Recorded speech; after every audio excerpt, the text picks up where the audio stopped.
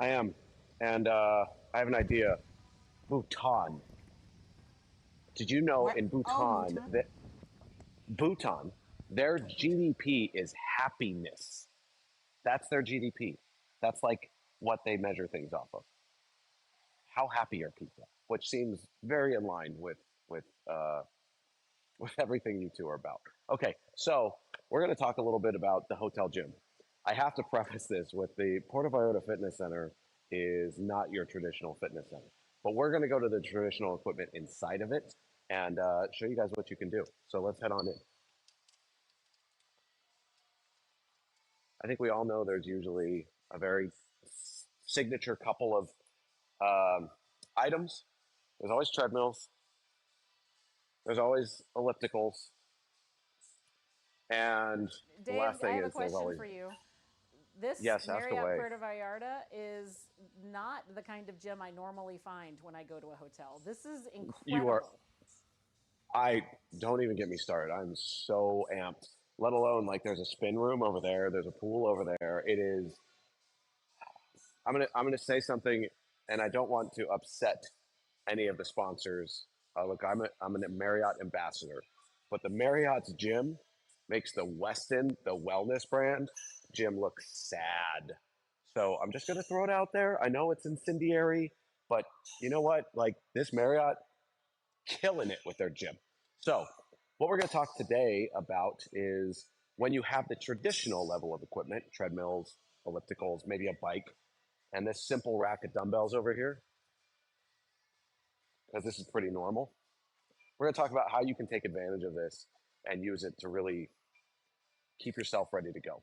Um, One of the things that's really important is to think about what your goals really are.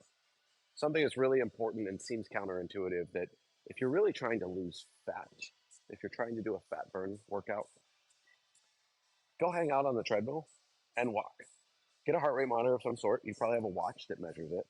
But the fat burning zone is a real thing. And bodybuilders, one of who which is on this broadcast multiple times, will tell you that if you just want to burn fat, a good steady walk in the fat burning zone is going to help you do that over anything else. So that's that.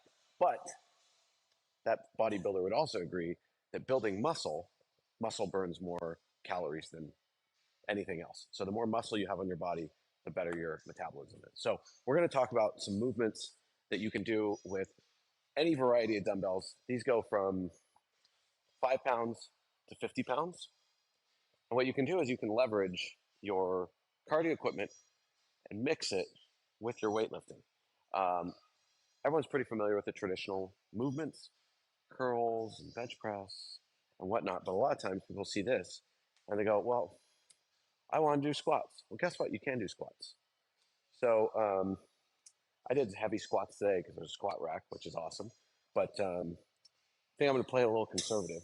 But I'm going to go through some movements that people traditionally save for barbells that you can do with dumbbells. So the deadlift, you want to make sure that you bring these all the way down to the ground. You want to bend your knees, bend your hips, and as you come up, you just extend. Now these are 40s. You don't have to use 40s. You can start with fives. Doesn't matter. But the idea is you can still do a deadlift with dumbbells. And if you're following programming, like I've been following some programming that calls for really heavy deadlifts, and when I'm at home and I have access to a barbell, I might do more.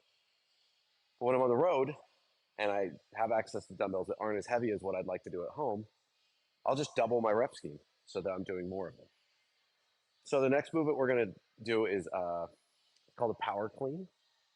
So for those of you who know what the Olympic movement is of a clean is actually when you bring weight from the ground and catch it in a full squat. We're going to teach a power clean because that's a pretty straightforward movement. You don't have to go into a full squat, but you don't want to be fully stood up either.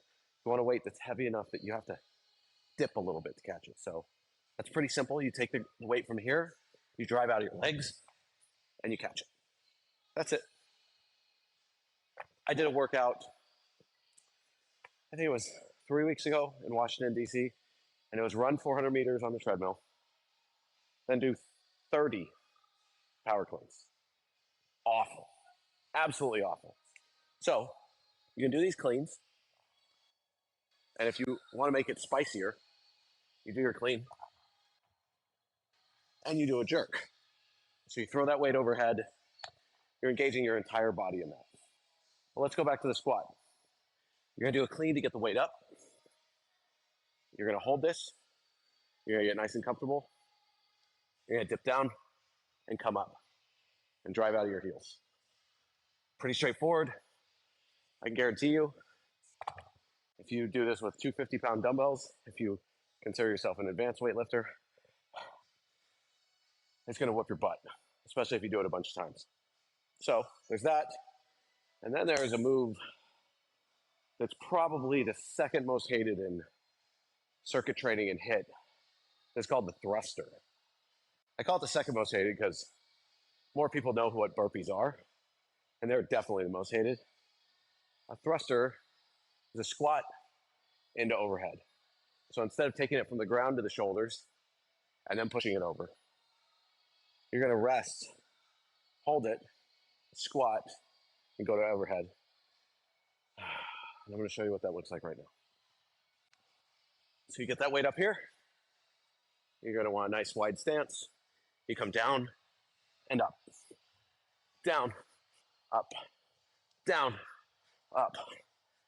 Absolutely miserable. So there's some programming out there that's really conducive to dumbbell focused work. But you can do any of these things focusing with these. There's one last movement I'll tell you about. It's called a snatch. It's actually called a power snatch because in Olympic weightlifting, a snatch is caught in a squat when you stand up. But you can do this with dumbbells as well. It's great for your shoulders, great for your back, great for your legs. You're going to want to take your dumbbell, have it parallel to your feet. Yeah. Okay. Basically across you, not with you. You're going to come down and get those hips back. You're going to take it all the way overhead. So the idea is that you're driving out of your heels to throw that weight all the way up. So there are a number of programs you can do that are absolutely terrible. You can find these online. This is the only plug I'm going to give. There's a group called Street Parking. It's $19 a month. And every single workout they do is dumbbell friendly. So no matter what it is, you can do it in a hotel gym.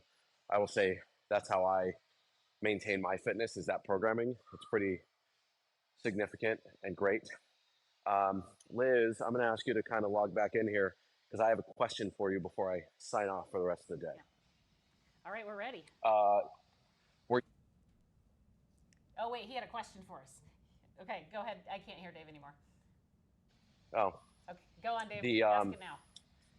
Did you play the video I texted y'all from the last segment? I did not see a text. No, I apologize. Oh, is it? Well, it was in WhatsApp. Sorry. But either way, I'd like to kind of wrap up that last segment because one of the things I was going to talk about is one of the things that the Navy SEALs do and how they pick their cadets. So when they go to Bud School, because I think this is applicable to all aspects of life. When I got to work out with that squad, they said they don't train for the fastest. They don't train for the strongest, or they don't look for the strongest. They don't look for the fastest. People can get stronger. People can get faster. What they look for in people is the least amount of quit. So when they're going through these training programs, and BUDS is their boot camp, essentially, they look for the people who just won't give up. They do everything they can to make things as miserable as possible, to try to force people to find their brink, to force them to quit. And the ones that don't, those are the ones that make it. So I think that's a really profound thing, that you don't have to be strong. You don't have to be fast. You have to have the least amount of quit. And that's how you succeed. And I'll leave you with that. Thank you so much for having me. This has been a fantastic experiment, and I feel very privileged to get to be a part of it. And I'm so proud of you guys. And once again, I'm sorry that I helped come up with this idea. Thank you. I love you guys so much. Love We you love you I'm a too, proud Dave. paid member now. And if anybody loves Yay! this programming, you're not going to get this programming unless you support this program. So please, if you haven't signed up yet for some obscure reason, like who else does this? What other industry conference has given you 12 hours of useful programming? None. Sure, there's been bits and pieces here and there, but look at this. Like, think about what you've experienced today. These two individuals have really poured their heart into this industry. So let's give a little something back to keep them going because they're making us all better every day.